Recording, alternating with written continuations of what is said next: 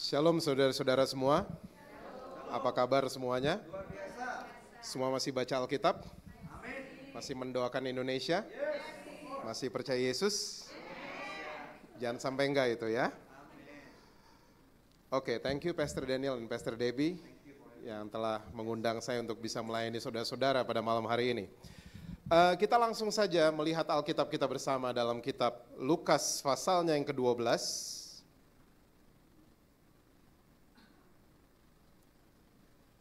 Lukas pasalnya yang ke-12, ayatnya yang pertama. Itu judulnya pengajaran khusus bagi murid-murid.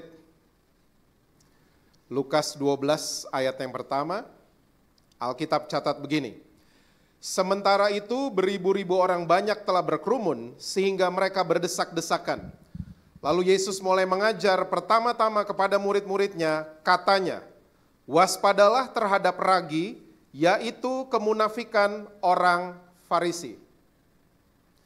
Saudara, dari ayat ini kita bisa mendapatkan sebuah gambaran bahwa hari itu Yesus sedang berada di tengah kerumunan orang banyak yang sifatnya desak-desakan dan jumlahnya ribuan, gitu kan kata Alkitab. Dan tiba-tiba waktu lagi berdesak-desakan, Yesus mulai, kata Alkitab, melakukan pengajaran yang khusus buat murid-muridnya. Dan kalimat pertama yang keluar dari mulut Tuhan Yesus adalah, waspadalah terhadap raginya orang Farisi yang namanya adalah kemunafikan. Saudara, kita orang-orang Indonesia, kita kalau mendengar kata waspadalah, kita selalu mengingat ada gunung yang mau meletus. Betul apa betul? Kita kalau mendengar kata waspadalah sebagai orang Indonesia, kita selalu mengingat ada banjir besar mau datang. Betul? Ya, ada demonstrasi besar-besaran. Waspadalah, siaga satulah, hati-hatilah, dan seterusnya. Nah ternyata Tuhan Yesus saudara dan saya, dia nggak pernah menggunakan kata waspadalah untuk banjir yang besar, untuk gunung yang mau meletus, bahkan untuk demonstrasi besar-besaran. Tapi Tuhan Yesus saudara dan saya menggunakan kata waspadalah terhadap raginya orang Farisi yang namanya adalah kemunafikan. Nah sekarang, kita sebagai orang-orang Indonesia, kita kalau disuruh mengartikan kata munafik, biasanya nggak sampai 5 detik sudah selesai penjelasan kita. Betul apa betul? Kita kalau ditanya munafik artinya apa? Oh muka dua pak. Oh nggak sampai 5 detik malahan. 3 detik udah beres. Munafik artinya apa? Nggak asli pak. Nggak original pak. Ya, nggak apa adanya. Kita kalau disuruh mengartikan kata munafik, nggak sampai 3 detik sudah selesai. Nah sebelum kita move on, saya pengen saudara-saudara ya yang ada di sini atau yang ada dimanapun saudara berada, kita coba lihat ayat ini dalam terjemahan Alkitab bahasa Inggris. Ya, versi King James boleh, ya, versi apa saja boleh dalam Alkitab terjemahan bahasa Inggris. Kalimat yang keluar dari mulut Tuhan Yesus, ya, di versi King James, ya, bunyinya begini. Beware of the leaven of the Pharisees, which is hypocrisy. Ya, bagian terakhirnya. Oke. Nah, kata inilah yang saya mau sharing buat saudara, ya, untuk malam hari ini. Kata yang namanya hipokrisi. Ya, mungkin sharing saya sampai jam 10 malam. Yang amin cuma 1, jadi 45 menit lagi selesai, terlambat. Ya, kata yang namanya hipokrisi. Hipokrisi kita akan mulai. Hipokrisi diterjemahkan ke bahasa Indonesia artinya adalah munafik. Dan kita orang Indonesia mengartikan kata munafik nggak sampai 3 detik tadi sudah selesai. Ya, nah makanya saya ingin menjelaskan arti kata hipokrisi buat saudara-saudara semua ya di Anugerah Ministry pada malam hari ini. Hipokrisi sebenarnya diambil dari bahasa asli yang namanya adalah hipokrisis. Apa arti daripada hipokrisis? Hipokrisis punya pengertian people who wandering around with mask. Bahasa Indonesianya seseorang yang berjalan ke sana kemari dengan menggunakan topeng. Dan apakah hipokrisis itu? Hipokrisis merupakan budayanya orang-orang Romawi semenjak Yesus ada di dunia. Budaya apa itu Pak? Budaya yang namanya budaya seni peran atau budaya teater. Ya, jadi orang-orang Romawi semenjak dahulu kala mereka punya pertunjukan di atas panggung, ya, pertunjukan teater, pertunjukan seni peran dengan menggunakan topeng. Jadi kalau lagi ketawa, topengnya ketawa. Kalau lagi sedih, topengnya sedih. Kalau lagi kesakitan, topengnya kesakitan. Ya, kalau lagi senyum, topengnya senyum.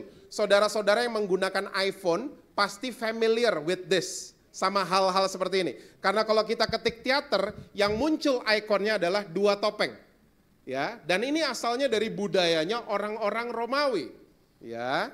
Nah, saudara mesti tahu, sampai hari ini di dunia saudara dan saya, pertunjukan teater di atas panggung itu masih ada. Dan cukup terkenal. Di Amerika mungkin saudara pernah dengar, ya, ada teater yang namanya Broadway Show. Di Jakarta kita punya namanya teater koma. Saudara tahu gini-ginian? Saudara kurang pergaulan kayaknya ya. Dan saudara, ya, dengan berkembangnya teknologi, dengan berkembangnya dunia make up, ya, hari ini teater nggak hanya dilakukan di atas panggung, tapi mulai diangkat ke layar lebar yang namanya adalah film. Kalau layarnya kecil, sinetron.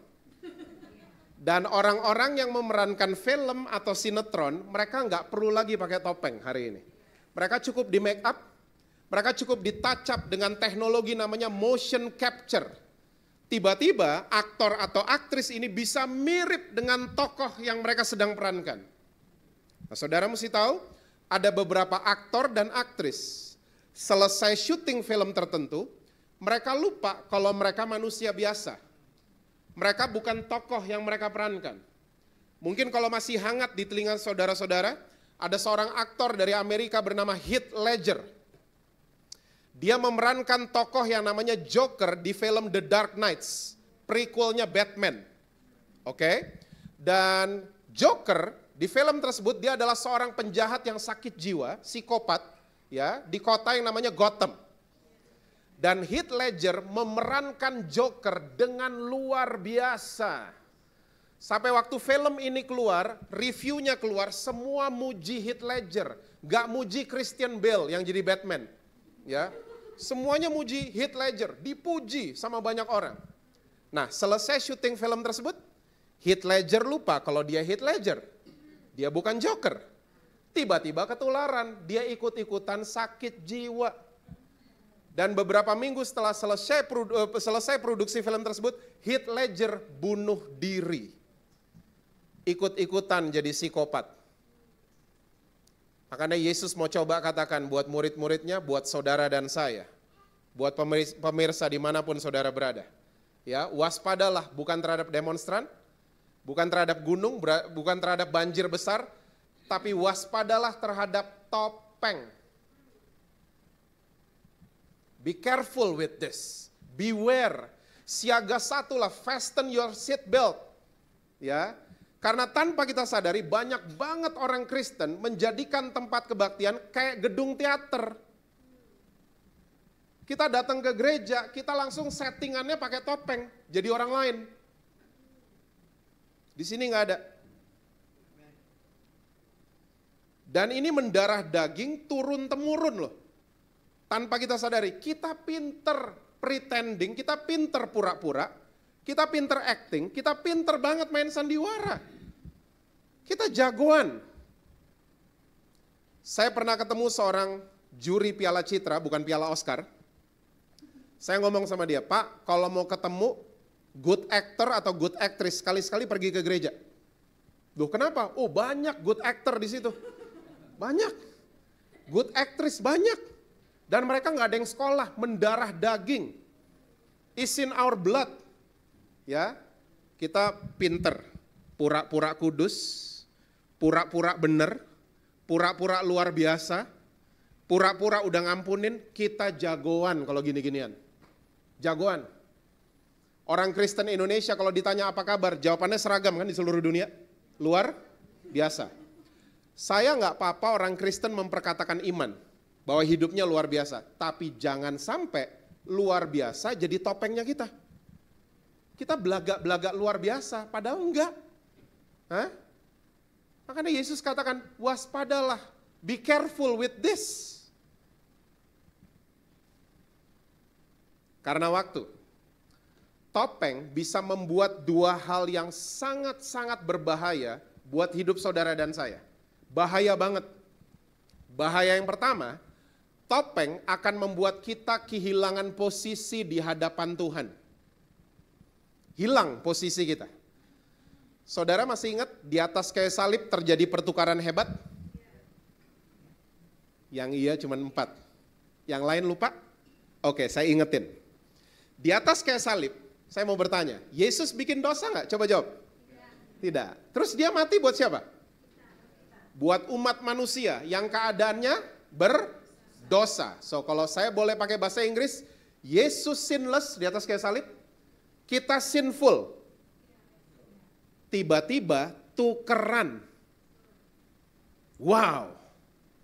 Ini pertukaran hebat yang sampai kapanpun gak akan pernah terulang lagi. Hebat banget nih pertukaran. Ditukar, tiba-tiba ya Yesus jadi sinful, saudara dan saya jadi sinless. Yesus yang righteous, saudara dan saya unrighteous. Tiba-tiba tukeran.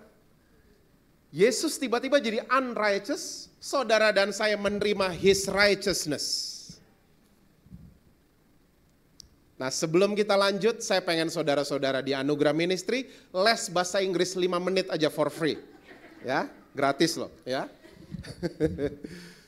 Kita orang Kristen Indonesia, kita punya masalah sebenarnya dengan kata yang namanya kebenaran. Kita punya masalah. Makanya orang Kristen Indonesia sudah berpuluh-puluh tahun dikhotbahin, ya, sudah ribuan kali dengar firman Tuhan, tapi kita punya masalah dengan kata yang namanya kebenaran. Ya, makanya orang Kristen Indonesia kalau ketemu pendeta, ketemu kakak rohani, ketemu pemimpin sel group, selalu nanyanya seputar ini nih, nanyanya. Ini benar apa enggak? Ini boleh apa enggak? Ini benar atau salah? Nanyanya seputar itu. Sementara kekristenan gak sesempit benar atau salah. Kekristenan bukan soal gituan loh. Tapi kita yang puluhan tahun Kristen nanyanya cuma seputar itu. Ini boleh apa enggak Pak? Ini benar atau salah?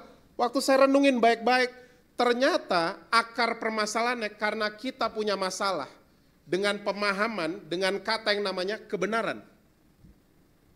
Masalahnya di sini, kebenaran diambil dari 2 kata dalam bahasa Inggris yang dibuat dengan arti yang berbeda dan untuk tujuan yang berbeda. Ya, 2 kata ini namanya adalah truth and righteousness.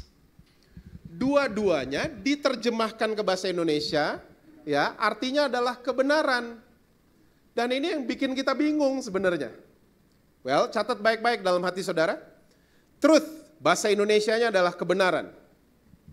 Yesus pernah ngomong gini, I am the way, the life, and the truth. Akulah jalan, kebenaran, dan hidup. Gak ada satupun orang Kristen termasuk saya yang gak bisa hidupin kebenaran, ngerti kebenaran, tanpa dibantu sama Roh Kudus. Kita gak bisa cuman sekedar nanya sama pendeta loh. Gak apa-apa nanya sama kakak rohani, gak apa-apa. Bertanya itu bagus. Tapi gak sesempit itu saudara dan saya perlu di-assist. Ya, perlu dibantu sama Roh Kudus karena Yesus pernah ngomong, Roh Kudus akan membantu saudara dan saya, memimpin saudara dan saya kepada segala kebenaran. Oke? So kita nggak bisa pakai kekuatan sendiri, pakai kemampuan berpikir kita sendiri untuk ngerti kebenaran, nggak bisa. Mesti dibantu sama Roh Kudus. Sekarang, kata kedua namanya adalah righteousness. Masih ingat ayatnya orang Kristen yang terkenal selain Yohanes 3 ayat 16? Kalau apply visa di kedutaan Amerika suka ditanya. Kalau nggak bisa jawab ditolak visanya. Matius 6 ayat 33 apa? Suka ditanya. Carilah kerajaan Allah dan kebenarannya. Masih ingat bahasa Inggrisnya nggak? Seek His kingdom first and His righteousness. Diterjemahin kebenaran. Well, catat baik-baik dalam hati saudara, righteousness seharusnya bahasa Indonesianya adalah posisi yang tepat di hadapan Bapa di surga. The right standing. Kayak basketball player mau shoot 3 point. Dia berdirinya mesti the right standing. The right position. Itu righteousness. Ya, posisi yang tepat di hadapan Bapa di surga. So seharusnya terjemahan Matius 6 ayat 33 dalam bahasa Indonesia, carilah dahulu kerajaan Allah dan posisi yang benar di hadapan Tuhan. Nanti semua akan ditambahkan buat saudara dan saya. Selesai les bahasa Inggris. Kita balik ke bahayanya topeng. Bahaya topeng yang pertama apa tadi? Kita akan kehilangan posisi di hadapan Tuhan.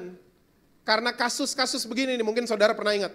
Karena pengen kelihatan aman, pengen kelihatan benar, pengen kelihatan kudus depan teman-teman gereja, depan teman-teman pelayanan, kita harus acting. Kita harus pakai topeng. Ya, demi posisi kita aman di dunia. Yes, mungkin kita dapat posisi aman. Ya, di depan teman-teman, depan ya rekan pelayanan, tapi kita kehilangan posisi di hadapan Tuhan. Dan ini ngeri banget. It's very dangerous. Ingat pertukaran hebat tadi? Yesus righteous, saudara dan saya unrighteous, kayak GPS lagi hang. Nah, udah jelas belok kanan kok, ngotot, belok ke kiri, belok hang.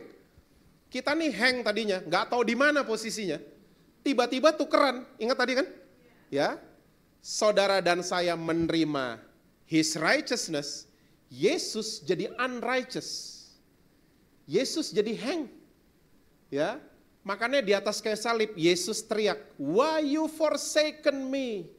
Kenapa engkau tinggalin aku? Karena hang Yesus. Demi apa? Saudara dan saya menerima posisi yang benar. Tapi udah dikasih posisi yang benar karena topeng, kita jadi salah posisi lagi kan? Salah banget kita. Dan ini ngeri banget. Saudara masih ingat ada perumpamaan yang terkenal banget yang keluar dari mulut Tuhan Yesus? Di Lukas 18, gak usah dibuka, percaya aja sama saya. Ini perumpamaan keren banget. Yesus bilang ada 2 orang masuk ke bait Allah. 1 orang Farisi, 1 pemungut cukai. Ya, orang Farisi, ya dia berdiri bukan duduk, berdirinya di depan. Banyak terjemahan mengatakan dia paling depan. Ya, dan dia mulai berdoa dalam hati, Tuhan, saya beda sama orang lain. Saya gak pernah bikin dosa, saya gak pernah ngerampok, saya gak pernah berzina. Ya, saya kasih perpuluhan dari penghasilan saya puasa 2 kali seminggu, pokoknya saya beda sama orang lain.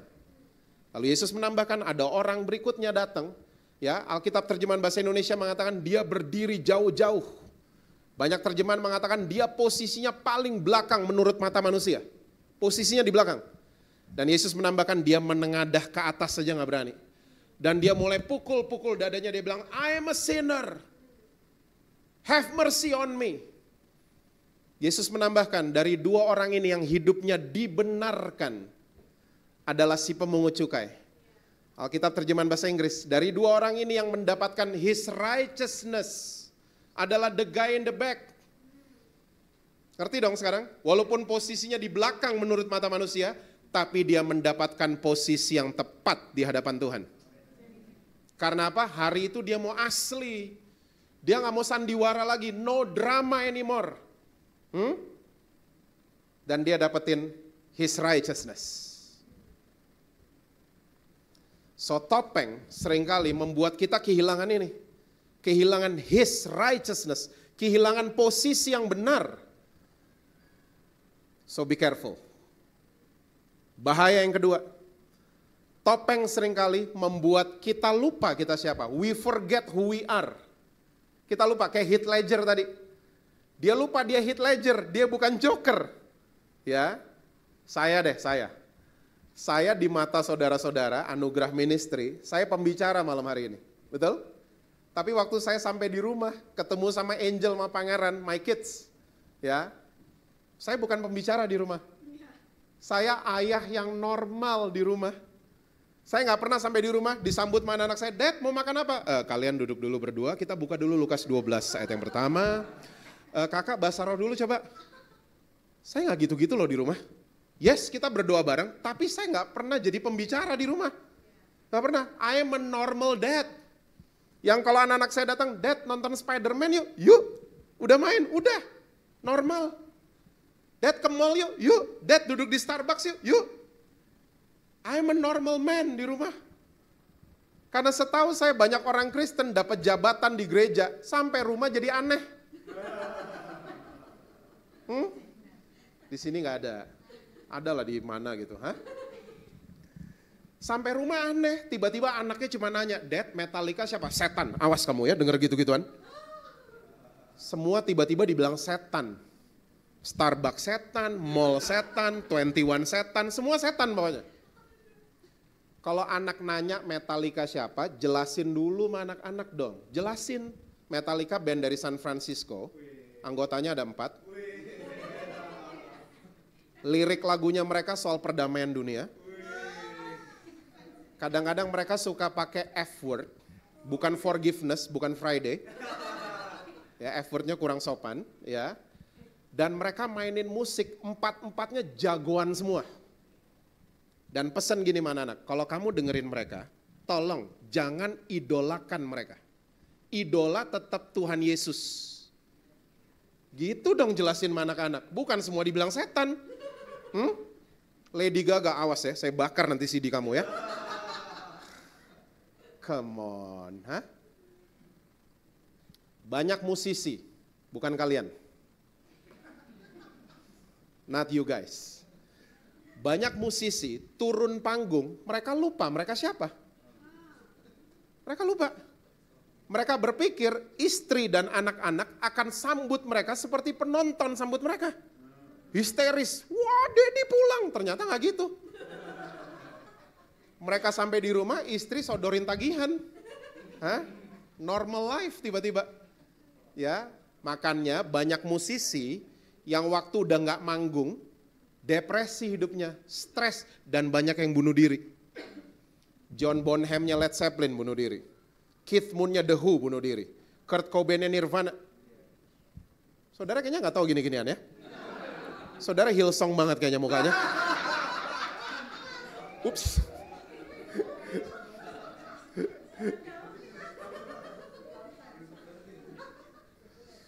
Ya mereka-mereka itulah ya. Tembak diri sendiri. No, bunuh diri, suicide. Ya mereka-mereka itu muda, tenar, kaya raya, bunuh diri. Because what? Mereka lupa mereka siapa. Gini loh, apapun profesi saudara dan saya, ingat identitas kita semua adalah anak-anaknya Tuhan Yesus. So dimanapun kita berada, buah-buah roh itu harus keluar dari kehidupan saudara dan saya. Mau apapun kita, ya, mau kita pembicara, mau lawyer kek, mau apa kek, atlet kek, dan lain sebagainya. Kita identitasnya anak-anaknya Tuhan Yesus. Mungkin saudara mulai bertanya, Tuhan saya udah kelamaan main sandiwara. Gimana caranya remove this mask? Gimana caranya lepas dari ini semua? Saya mau kasih lihat saudara sebuah kisah yang menarik dari kitab Markus pasal yang ke-10, ayat yang ke-46 sampai ayat yang ke-52. Markus 10, ayat 46 sampai dengan ayat yang ke-52. Judulnya itu Yesus menyembuhkan Bartimeus. Kita nggak akan baca ayat-ayat ini, saya percaya semua saudara sudah tahu cerita ini. Karena ini adalah salah satu cerita yang cukup terkenal dari Alkitab saudara dan saya. Oke, saya akan review sedikit aja. Gini, kota besar zaman dulu sama kota besar zaman sekarang itu jauh berbeda. Kota besar zaman sekarang mostly dikelilingi sama jalan-jalan tol dan perumahan-perumahan. Jakarta udah seperti itu. Ya, kita dikelilingi sama jalan tol, sama kita dikelilingi sama Bintaro, Alam Sutra, BSD, Bekasi. Kita udah familiar sama gini-ginian. Sampai semua transportasi ada feedernya. Ya, karena kita dikelilingi sama perumahan-perumahan. Nah, kota besar zaman dulu itu beda sama kota besar zaman sekarang. Kota besar zaman dulu cuma dikelilingi sama tembok. Dan penduduk yang tinggal di pinggir kota, mereka tinggalnya bukan di Alam Sutra. Mereka tinggalnya di pinggir jalan. Kenapa seperti itu? Karena mereka terkena kusta. Mereka nggak bisa tinggal di downtown, di tengah kota, mereka harus disingkirin ke pinggir kota. Dan karena mereka tinggal di pinggir jalan, akhirnya mereka punya profesi baru namanya pengemis. Oke. Nah, hari itu Yesus lagi ada di pinggir kota Jericho. Ya, ada pengemis buta namanya Bartimeus, bapaknya namanya Timeus, ya, dia miskin, dia kusta. Waktu dia mendengar rombongan Yesus lewat, dia mulai berseru, "Yesus anak Daud, kasihanilah aku." Orang banyak yang dengar seruannya, suruh dia untuk diam, jangan berisik. Kata Alkitab, semakin disuruh diam, semakin kuat dia berseru, "Anak Daud, kasihanilah aku." Saudara, pelajaran pertama, kalau kita mau lepas dari topeng-topeng kita, biasakan untuk mau berseru sama Tuhan Yesus. Saya lebih senang sama terjemahan Alkitab bahasa Inggris, cry out, lebih passionate. Pertanyaannya, kapan terakhir kali kita cry out sama Tuhan? Kapan sih? Long time ago, oh I forgot. Udah lupa, kapan ya terakhir? Apa sih cry out?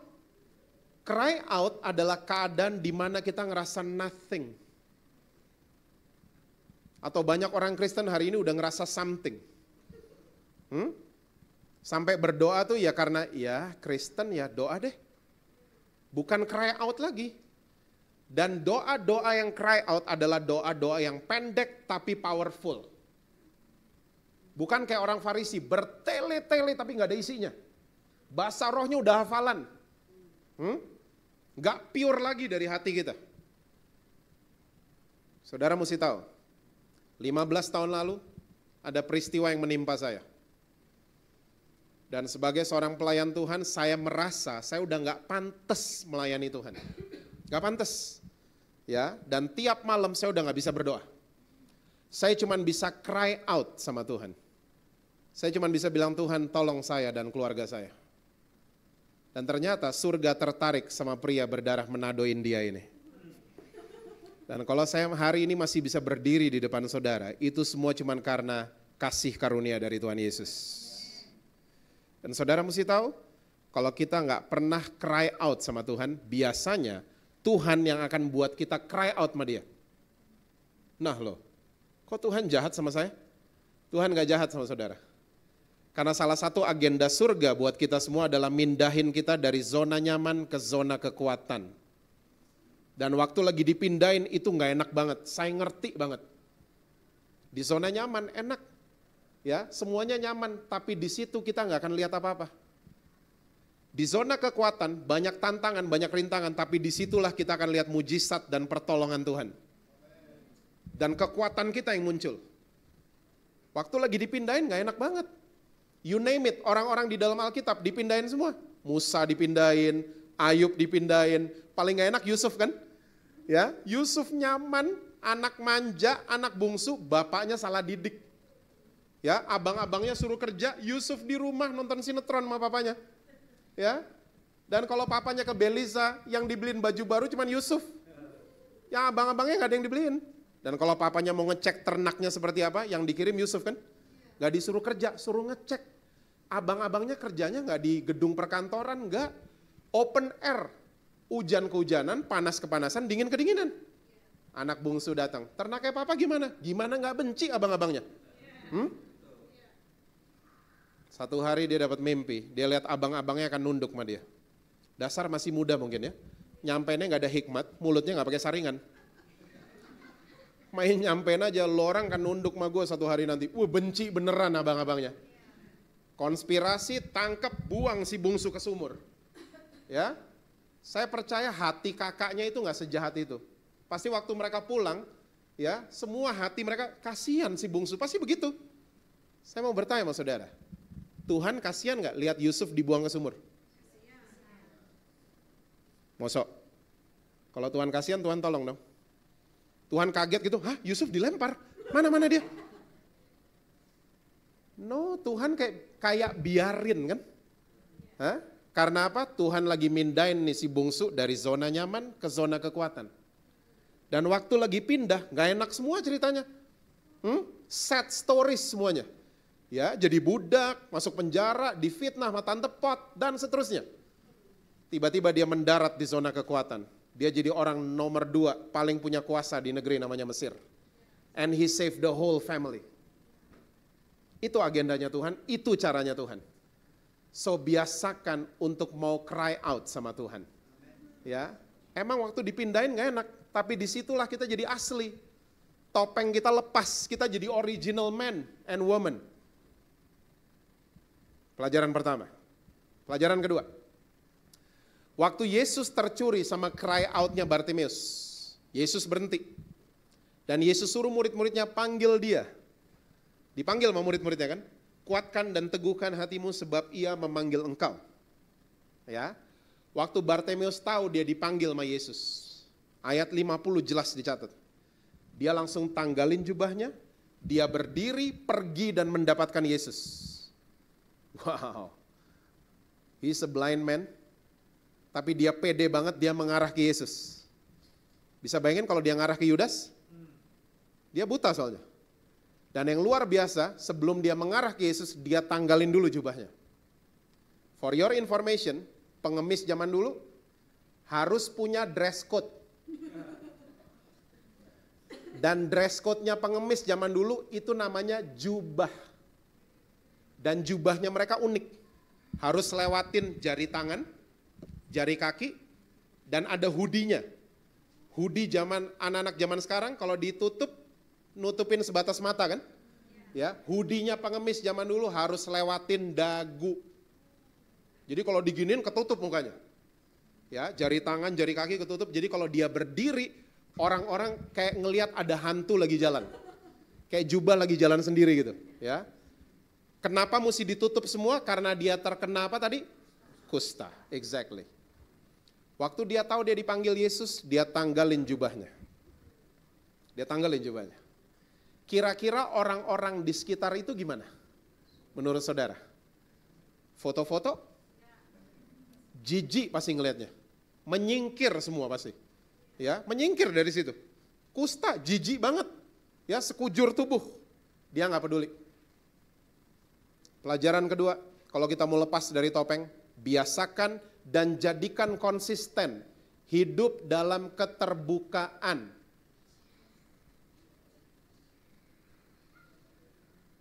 Kita orang-orang Indonesia udah pakai topeng, kita pakai jubah pula. Mereknya bukan Zara, mereknya Jaim. Jaga image plus budaya Indonesia, aib jangan sampai orang lain tahu.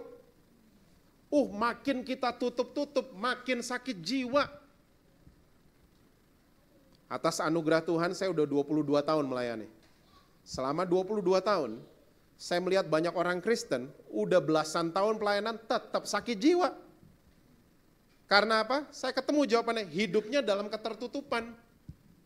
Gak pernah mau open, makanya sakit terus. Anak-anak kita udah tahu loh, cucu-cucu kita udah tahu. Ya, luka ditutup, lama sembuhnya. Dibuka, dia cepat kering, cepat sembuh. Kalau nggak ada halangan, bulan November besok buku saya yang pertama akan dirilis. Yang tulis Melanie Subono. Kalau saudara pengen tahu peristiwa apa yang menimpa saya 15 tahun lalu, saya akan beberin semua di buku ini. Dan sebagai pria normal, apa yang saya lakukan, saya akan jujur semua di buku ini. Ada beberapa orang Kristen datengin saya, beberapa. Dan ngomong gini, Pak, nggak takut kalau bukunya keluar, Bapak nggak diundang khotbah lagi loh. Saudara, saya cuman yakin dalam hati pertanyaan-pertanyaan seperti itu asalnya dari topengnya kita sebagai orang Kristen. Yang selalu mau jaim, selalu mau kelihatan kudus, mau kelihatan baik. Saudara mesti tahu, kalau kita terbuka, yang dipermalukan bukan kita. Yang dipermalukan iblis. Yang ditelanjangin iblis, bukan kita. Apa benefit buat kita? Kita pulih hidupnya. Karena kalau ditutup terus sakit, percaya sama saya. Sakit.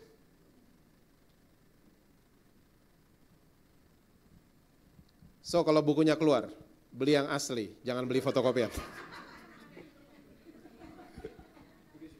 Ya, oh ya, ya sure. Saya cerita seperti ini, saya nggak suruh saudara-saudara semua pada nulis buku kayak saya, tidak. At least that you can do, coba mulai terbuka sama Tuhan dulu. Ya, terbuka sama Tuhan gimana sih? Jujur, jangan janji, jujur. Gak ada orang ke dokter janji sama dokter, gak ada kan? Dokter, saya janji gak mau batuk lagi. Gak ada orang kayak gitu. Gak ada. Semua orang ke dokter jujur, dok saya batuk, obatnya apa? Dia dokter di atas segala dokter, jangan janji, dia gak suka di PHP. Dia senangnya saudara dan saya jujur. Jujur. Orang yang janji selalu kepleset lagi. Survei resmi membuktikan janjinya orang Kristen cuma bertahan 3 bulan. Itu pun kalau pulang retreat.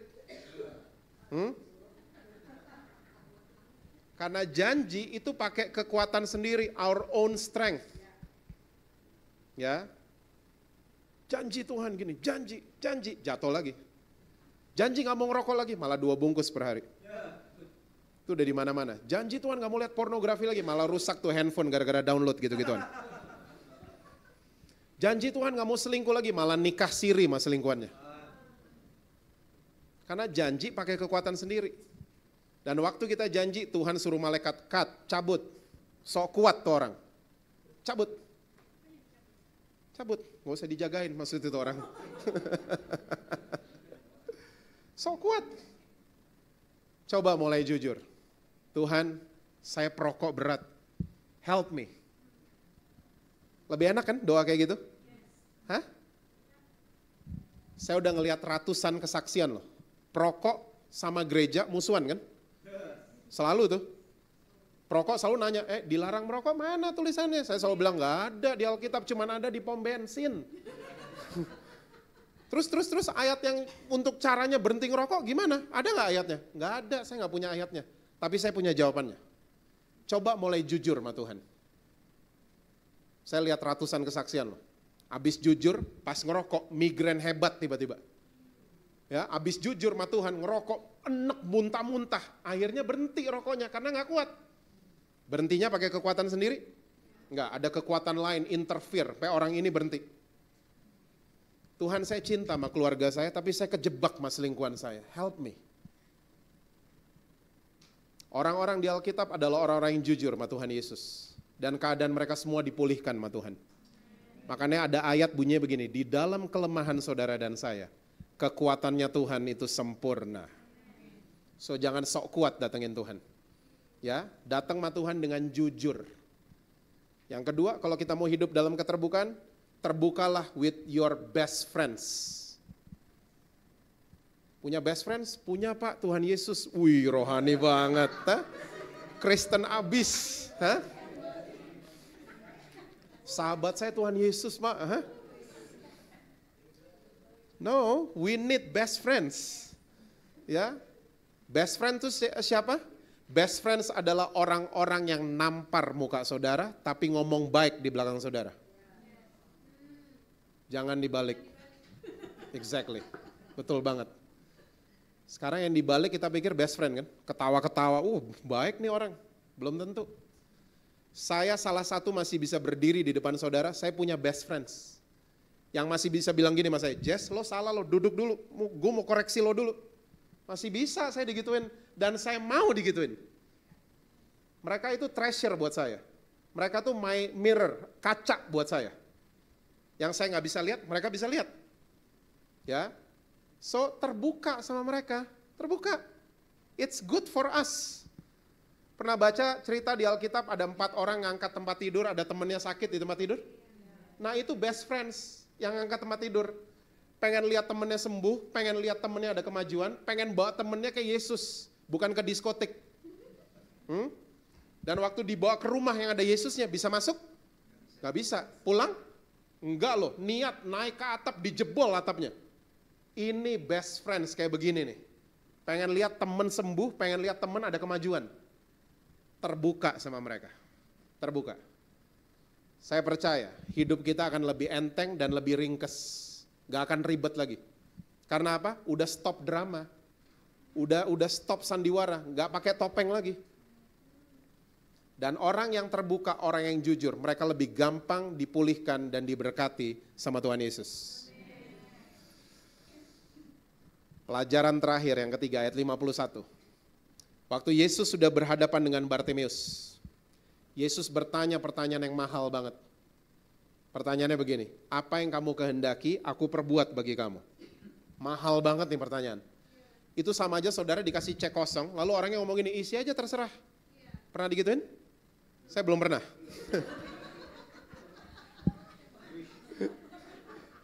You wish. Bartimeus waktu ditanya pertanyaan yang mahal, dia jawabnya wise banget loh. Bayangin hidupnya udah susah, nggak bisa lihat. Dia nggak jawab, saya mau rumah dong, ada kolam renang, ada 5 onta. Dia nggak jawab gitu. Dia waktu ditanya pertanyaan yang mahal, ya, dia cuma menjawab, Rabuni, aku pengen melihat. Keren banget jawabannya. Kalau saudara pernah baca Lukas 13, Yesus pernah ngomong, mata tuh pelita tubuh. Kita ngelihat yang gelap, gelaplah seluruh kehidupan kita. Kita ngelihat yang terang, teranglah seluruh kehidupan kita. Bartimeus mungkin selama hidupnya dia cuma ngelihat yang gelap. Sampai akhirnya langkahnya selalu salah, keputusannya selalu salah. Hari itu dia pengen melihat, dan Yesus sembuhkan dia. So pelajaran terakhir yang kita bisa ambil, kalau kita mau lepas dari topeng-topeng kita, minta Tuhan yang lepas. Jangan pakai kekuatan sendiri. Ya, bilang seperti Bartimeus ngomong sama Tuhan Yesus. Ya, Tuhan, saya pengen lihat dengan jelas. Karena orang yang pakai topeng, penglihatannya selalu terganggu. Selalu akan terganggu. I wanna see clearly. Saya mau lihat lebih jelas. Lepasin topeng-topeng saya. Dan saudara mesti tahu orang yang pakai topeng, dia datang ke kebaktian fokusnya cuma sama kehadiran. Yang penting hadir. Biar Pastor Debbie gak nyap-nyap seminggu. Yang penting saya hadir. Biar Pastor Daniel gak marah-marah seminggu. Yang penting hadir. Mau hadir ketiduran kek, mau hadir. Yang penting hadir. Fokusnya sama kehadiran. Pernah ngalamin datang ke wedding, pesta pernikahan, saling datang nih kita, tapi nggak saling ketemu. Nyadarnya di Facebook. Loh, dia datang toh? Hah? Terus besoknya baru dibahas, oh lo datang toh kemarin di wedding? Iya gue datang, kok gue nggak ketemu lo ya? Gue di tempat kambing guling soalnya, oh pantas gue nggak ketemu lo. Makanya sama, ada orang-orang Kristen yang datang ke kebaktian, ada yang berjumpa sama Tuhan, ada yang enggak. Ada yang ngalamin Tuhan, ada yang enggak, karena fokusnya beda. Yang satu fokus sama kehadiran, yang satu fokus sama kehadirat. Orang yang enggak pakai topeng, ya unmask, mereka akan fokus sama kehadirat.